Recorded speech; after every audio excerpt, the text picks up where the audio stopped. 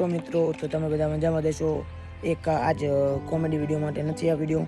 આજે એક રામાપીરનું મંદિર, અમે ડેલી વિડીયો બનાવવા આવી કોમેડી, તો પહેલાં અહીંયા દીવાબત્તી કરી પછી વિડીયો બનાવી.